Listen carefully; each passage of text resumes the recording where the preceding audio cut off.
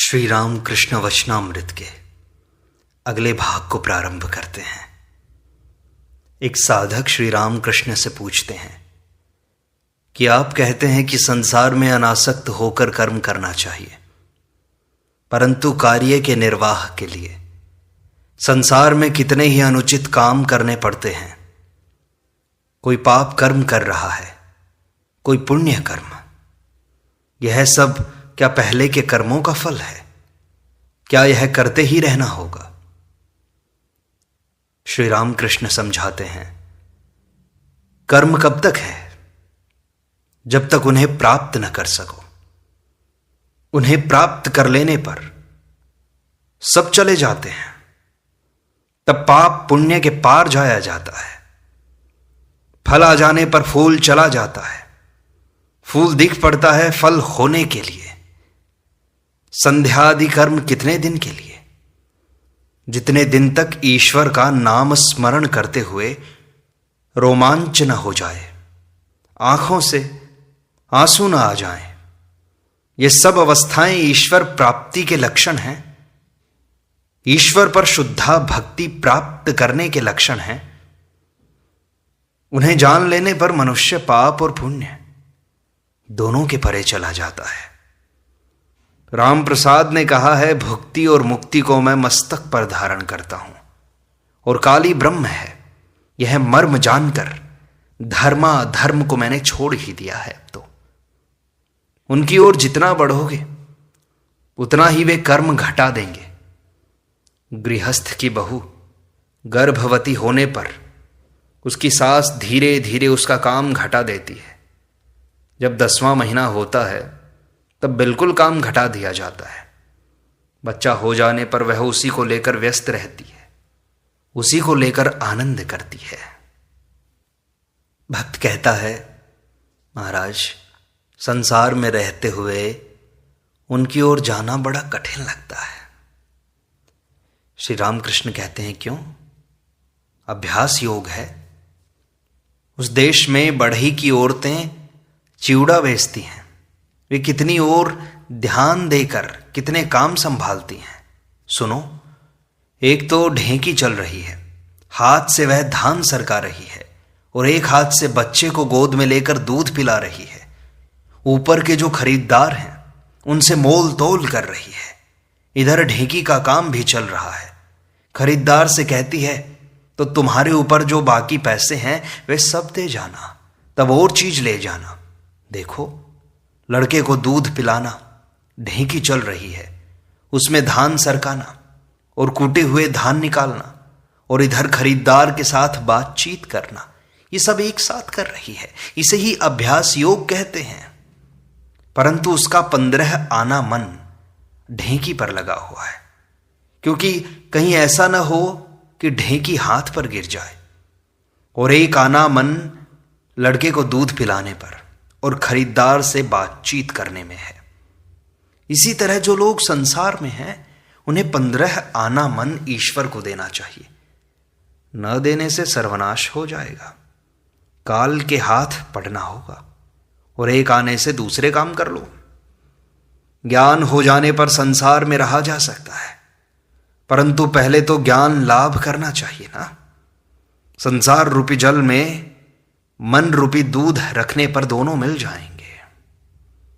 इसलिए मन रूपी दूध का दही बनाकर उसे निर्जन में मथ कर उससे मक्खन निकाल कर तब उसे संसार रूपी पानी में रखना चाहिए। इससे यह स्पष्ट है कि साधना तो चाहिए। पहली अवस्था में निर्जन में रहना जरूरी है।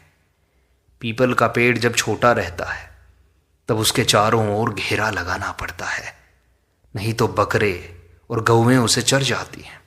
परंतु उसका पौधा मोटा हो जाने पर घेरा खोल दिया जा सकता है। तब तो हाथी बांध देने पर भी उस पेड़ का कुछ नहीं बिगड़ता। इसलिए प्रथम अवस्था में कभी कभी निर्जन में जाना पड़ता है। साधना आवश्यक है। भात खाओगे, बैठे बैठे कह रहे हो लकड़ी में आग है और उसी आग से चावल पकता है। इस तरह कहने से ही क्या भात तैयार हो जाएगा? एक और लकड़ी ले आकर दोनों को रगड़ना चाहिए, आग तभी तैयार होगी। भांग खाने से नशा होता है, आनंद होता है।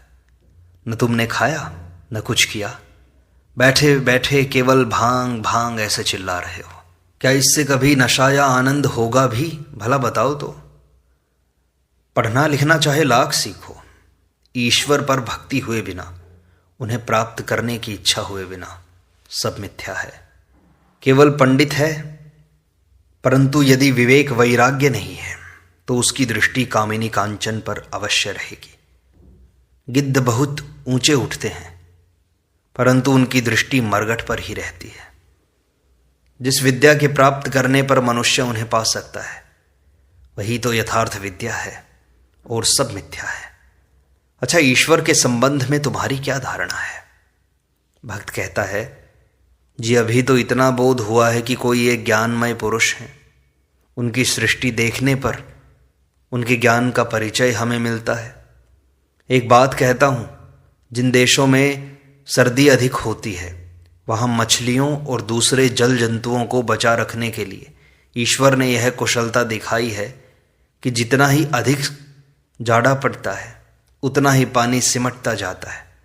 परंतु आश्चर्य यह है कि बर्फ बनने से पहले ही पानी कुछ हल्का हो जाता है और उस समय पानी का फैलाव ज़्यादा हो जाता है। तालाब के पानी में वहाँ सर्दी में मछलियाँ अनायास ही रह सकती हैं। पानी के ऊपर हिस्से में बर्फ जम गई है, परंतु नीचे के हिस्से में ज्यों का त्यों पानी बना रहता है। अगर खूब ठंडी हवा चलती है तो वह हवा बर्फ पर ही लगती है, नीचे का पानी गर्म ही रहता है। श्री राम कृष्ण कहते हैं, वे हैं, यह बात संसार देखने से ही मालूम हो जाती है, परंतु उनके संबंध में कुछ सुनना एक बात है, उन्हें देखना दूसरी बात, और उनसे वार्तालाप करना और बात है। किसी ने दूध की बात सुनी है, किसी ने दूध देखा है और किसी ने दूध पिया है। आनंद तो देखने से होगा, पर पीने से देह सबल होगी, तभी तो लोग हृष्ट पुष्ट होंगे। ईश्वर के दर्शन जब होंगे तभी तो शांति होगी, जब उनसे वार्तालाप होगा तभी तो आनंद होगा, शक्ति बढ़ेगी। भक्त कहते हैं, उन्हें पुकारने का समय नहीं मिलता। श्री राम कृष्ण कहते हैं, यह ठीक बात है तुम्हारी, समय हुए बिना कुछ नहीं होता। किसी लड़के ने सोने के पहले अपनी माँ से कहा था, माँ जब मुझे शौच की इच्छा हो तब मुझे उठा देना। उसकी माँ ने कहा, बेटा शौच की इच्छा तुम्हें स्वयं उठाएगी, मुझे उठाना नहीं पड़ेगा। जैसे जो कुछ देना चाहिए यह उनका पहले से ही ठीक किया हुआ है। घर की एक पुरखिन अपनी बहुओं को एक बर्तन से नापकर चावल बनाने के लिए देती थी, पर उतना चावल उन लोगों के लिए कम पड़ता था। एक दिन वह नापने वाला बर्तन फूट गया। इससे बहुएं बहुत खुश हुईं, पर उस पर पुरखिन ने कहा, तुम्हारे नाचने कूदने या खुशी मनाने से क्या हुआ?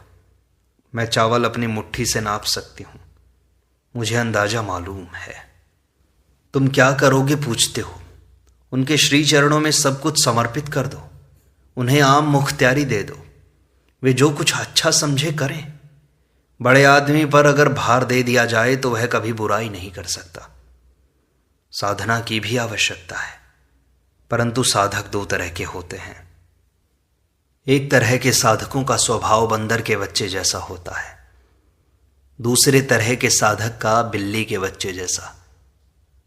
बंदर का बच्चा किसी तरह खुद अपनी मां को पकड़े रहता है। इसी तरह कोई साधक सोचते हैं, हमें इतना जप करना चाहिए, इतनी देर तक ध्यान करना चाहिए, इतनी तपस्या करनी चाहिए, तब कहीं ईश्वर मिलेंगे। इस तरह के साधक अपने प्रयत्न से ईश्वर प्राप्ति की आशा रखते हैं, परंतु बिल्ली का बच्चा खुद अपनी मां को नहीं पकड़ सकता। वह पड़ा हुआ बस म्याऊं म्याऊं करके पुकारता है। उसकी मां चाहे जो करे, उसकी मां कभी उसे बिस्तर पर ले जाती है, कभी छत पर लकड़ी की आड़ में रख देती है और कभी उसे मुंह में दबाकर यहां वहां रखती फिरती है। वह स्वयं अपनी मां को पकड़ना नहीं चाहता। इसी तरह कोई साधक स्वयं हिसाब करके साधन भजन नहीं कर सकते कि इतना जाप करूंगा, इतना ध्यान करूंगा। वह केवल व्याकुल होकर रो रो कर उन्हें पुकारता है। उसका रोना सुनकर वे फिर रह नहीं सकते, आकर दर्शन देने ही पड़ते हैं। श्री राम कृष्ण आगे कहते हैं, वे ही सब कराते हैं, यह ठीक है, करता वही है। मनुष्य तो मात्र यंत्र स्वरूप है, और यह भी ठीक है कि कर्म फल भी है। मिर्च खाने पर पेट चलता रहेगा, पाप करने से उसका फल अवश्य भोगना होगा। जिसे सिद्धि हो गई है, जिसने ईश्वर को पा लिया है, वह फिर पाप नहीं कर सकता, उसके पैर बेताल नहीं पड़ते। जिसका सधा हुआ गला है, उसके स्वर में सा रे ग म बिगड़ने नहीं पाते। मैं एक बात और कहता हूं कि संसारियों के लिए सेव्य सेवक भाव अच्छा है। सब सांसारिक काम तो कर रहे हैं, ऐसी अवस्था में मैं वही हूं, यह भाव कैसे आ सकता है? जो कहता है मैं वही हूं, उसके लिए तो संसार स्वप्नवत है, उसका अपना शरीर और मन भी स्वप्नवत है, उसका मैं भी स्वप्नवत है। अतएव संसार का काम वह नहीं कर सकता। इसीलिए सेव्य सेवक भाव, दास भाव बहुत अच्छा है। दास भाव हनुमान का था।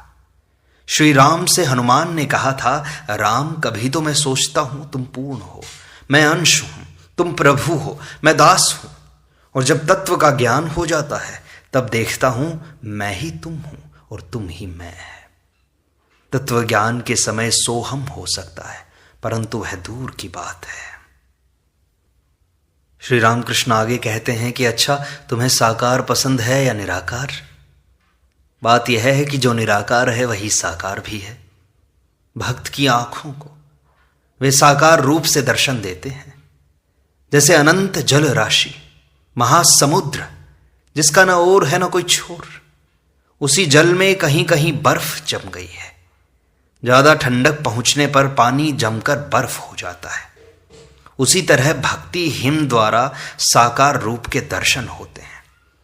जिस तरह सूर्योदय होने पर बर्फ गल जाती है, ज्यों का त्यों पानी हो जाता है, उसी तरह ज्ञान मार्ग या विचार मार्ग से होकर जाने पर साकार रूप के दर्शन नहीं होते।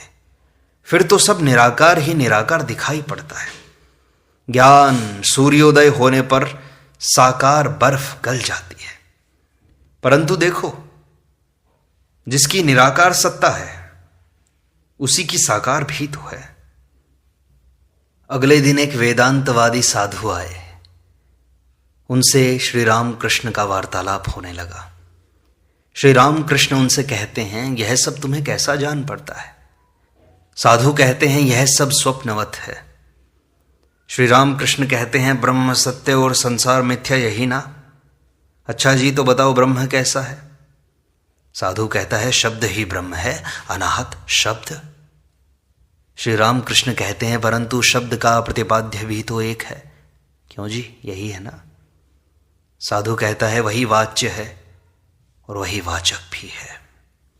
यह बात सुनते ही श्री राम कृष्ण समाधिस्थ हो गए, चित्रवत स्थिर बैठे हुए हैं। साधु और भक्तगण आश्चर्यचकित होकर श्री राम कृष्ण की यह समाधि अवस्था देख रहे हैं। केदार साधु से कह रहे हैं, यह देखिए, इसे समाधि कहते हैं। साधु ने ग्रंथों में ही समाधि की बात पढ़ी थी। समाधि कैसे होती है यह उन्हें कभी नहीं देखा था। श्री राम कृष्ण धीरे धीरे अपनी प्राकृत अवस्था में आ रहे हैं। अभी जगन माता के साथ वार्तालाप कर रहे हैं। कहते हैं, माँ अच्छा हो जाऊं, बेहोश न कर देना मुझे। साधु के साथ सच्चिदानंद की बातें करनी है। सच्चिदानंद की बातें करते हुए आनंद मनाऊंगा ना। साधु निर्वाक होकर देख रहे हैं और ये सब बातें सुन रहे हैं। अब श्री राम कृष्ण साधु से बातचीत करने लगे। कहते हैं, तुम अब सोहम उड़ा दो, अब हम और तुम लेकर विलास करें। जब तक हम और तुम यह भाव है तब तक माँ भी हैं। आओ उन्हें लेकर आनंद किया जाए। श्री राम कृष्ण के कथन का शायद यही मर्म है। कुछ देर इस तरह बातचीत हो जाने के बाद श्री राम कृष्ण पंचवटी में टहलने चले गए। राम, केदार, मास्टर आदि अनेक उनके साथ हैं। श्री राम कृष्ण सहास्य पूछते हैं, साधु कैसा था? केदार कहते हैं उसका ज्ञान शुष्क है, अभी उसने हंडी चढ़ाई भर है, अभी चावल नहीं चढ़ाए हैं। श्री राम कृष्ण कहते हैं हाँ ये बात तो ठीक है, परंतु त्यागी है, जिसने संसार को त्याग दिया है वह बहुत आगे बढ़ गया है। साधु अभी प्रवर्तक है, उन्हें अगर कोई प्राप्त न कर सका तो उसका कुछ भी नहीं हुआ। जब उनके प्रेम में मस्त हुआ जाता है तब और कुछ नहीं सुहाता। तब तो आदरणीय श्यामा माँ को बड़े प्रयत्न से हृदय में धारण किए रहो। मन तू देख और मैं देखूं और कोई देखने न पाए। केदार श्री राम कृष्ण के भाव के अनुरूप एक गीत गाते हैं जिसका भावार्थ यह है, सखी मन की बात कैसे कहूं, कहने की मनाही है। दर्द को समझने वाले के बिना प्राण कैसे बच सकेंगे। जो मन का मीत होता है वह देखते ही पहचान में आ जाता है, वह विरला ही तो होता है। अगले दिन एक तांत्रिक भक्त श्री राम कृष्ण से मिलने आए। श्री राम कृष्ण तांत्रिक भक्त से कहते हैं ये सब तांत्रिक साधना के अंग हैं। कपाल पात्र में सुधा का पान करना, उस सुधा को कारणवारी कहते हैं, है ना? तांत्रिक कहता है जी हाँ। श्री राम कृष्ण कहते हैं 11 पात्र ना? तांत्रिक कहता है 3 तोला भर शव साधना के लिए। श्री राम कृष्ण कहते हैं पर मैं तो सुरा छू तक नहीं सकता। तांत्रिक कहता है आप तो सहजानंद हैं, यह आनंद होने पर और फिर क्या चाहिए। श्री राम कृष्ण कहते हैं फिर देखो मुझे जब तब भी अच्छे नहीं लगते, सदा स्मरण मनन रहता है। अच्छा षट चक्र क्या बीज है? तांत्रिक कहता है जी वह सब अनेक तीर्थों की तरह है, प्रत्येक चक्र में शिव शक्ति विराजमान है। वे आंखों से नहीं देखे जाते, शरीर काटने पर भी नहीं मिलते। श्री राम कृष्ण तांत्रिक से पूछते हैं अच्छा बीज मंत्र पाए बिना क्या कुछ सिद्ध होता है भला? तांत्रिक कहता है होता है, विश्वास द्वारा, गुरु वाक्य पर विश्वास। श्री राम कृष्ण मणि की ओर इशारा करते हुए कहते हैं विश्वास। तांत्रिक भक्त के चले जाने पर ब्राह्मण समाज के श्री जय गोपाल सेन आए। श्री राम कृष्ण उनके साथ वार्तालाप कर रहे हैं। मणि राखाल इत्यादि भक्तगण पास बैठे हैं। तीसरे पहर का समय है। श्री राम कृष्ण जय गोपाल के प्रति कहते हैं किसी से किसी मत से विद्वेष नहीं करना चाहिए। निराकारवादी साकारवादी सभी उन्हीं की ओर तो जा रहे हैं। ज्ञानी योगी भक्त सभी उन्हीं को तो खोज रहे हैं। ज्ञान मार्ग के लोग कहते हैं ब्रह्म, योग मार्ग के लोग कहते हैं आत्मा परमात्मा, भक्तगण कहते हैं भगवान, फिर यह भी है नित्य देव नित्यदास। जय गोपाल कहते हैं कैसे जानूं कि सभी पथ सत्य है महाराज। श्री राम कृष्ण कहते हैं किसी एक पथ से ठीक ठीक जा सकने पर उनके पास पहुंचा जा सकता है। उस समय सभी पथों का पता भी जाना जा सकता है। जैसे एक बार किसी तरह यदि छत पर उठना संभव हो सके तो लकड़ी की सीढ़ी से भी उतरा जा सकता है, पक्की सीढ़ी से भी, एक बांस के सहारे भी और एक रस्सी के द्वारा भी। उनकी कृपा होने पर भक्त सब कुछ जान सकता है। उन्हें एक बार प्राप्त करने पर सब कुछ जान सकोगे। एक बार किसी भी तरह बड़े बाबू के साथ साक्षात्कार करना चाहिए, उनसे बातचीत तो करनी ही चाहिए। तब बाबू स्वयं ही बता देंगे कि उनके कितने बगीचे, तालाब या कंपनी के कागज हैं। जय गोपाल पूछते हैं उनकी कृपा कैसे होगी महाराज? श्री राम कृष्ण कहते हैं सदा उनके नाम व गुणों का कीर्तन करना चाहिए। जहां तक संभव हो सांसारिक चिंतन का त्याग करो। तुम खेती करने के लिए अनेक कष्टों से खेत में जल ला रहे हो, परंतु खेत की मेड़ पर एक छेद में से सब जल बाहर निकल जा रहा है। तब तो नाली काटकर जल लाना व्यर्थ हुआ, व्यर्थ ही श्रम कर रहे हो। चित्त शुद्धि होने पर, विषय भोग की आसक्ति दूर हो जाने पर व्याकुलता आएगी, तुम्हारी प्रार्थना ईश्वर के पास पहुंचेगी। टेलीग्राफ का तार टूटा रहने पर अथवा उसमें अन्य कोई दोष रहने पर तार का समाचार नहीं पहुंचेगा। मैं व्याकुल होकर एकांत में रोता था, कहाँ हो नारायण, ये कहकर के रोता था। रोते रोते बाह्य ज्ञान लुप्त हो जाता था, मैं महावायु में लीन हो जाता था। योग कैसे होता है? टेलीग्राफ का तार टूटा न रहने पर या उसमें कोई दोष न रहने पर होता है। विषयों के प्रति आसक्ति का एकदम त्याग कर देना चाहिए। किसी प्रकार की कामना वासना नहीं रखनी चाहिए। कामना वासना रहने पर उसे सकाम भक्ति कहते हैं। निष्काम भक्ति को अहेतुकी भक्ति कहते हैं। तुम प्यार करो या ना करो, फिर भी मैं तुम्हें प्यार करता हूं, इसी का नाम है अहेतुक प्रेम। बात यह है उनसे प्रेम करना। प्रेम गहरा होने पर दर्शन होता है। पति पर सती का आकर्षण, संतान पर मां का आकर्षण और विषय प्रिय व्यक्ति का सांसारिक विषयों के प्रति आकर्षण, ये तीन आकर्षण यदि एक ही साथ हों तो ईश्वर का दर्शन होता है। जय गोपाल विषय प्रिय व्यक्ति हैं। क्या इसीलिए श्री राम कृष्ण उन्हीं के योग्य ये सब कुछ उपदेश कर रहे हैं? ऐसा सोचते हुए मणि बार बार चिंतन करने लगे, सोचने लगे कि श्री राम कृष्ण प्रत्येक व्यक्ति को उसकी योग्यता के अनुसार ही मार्ग बताते हैं। जय हो श्री राम कृष्ण, जय हो श्री राम कृष्ण। इस प्रकार श्री राम कृष्ण वचनामृत का यह भाग संपूर्णता को प्राप्त होता है। शेष अगले अंक में।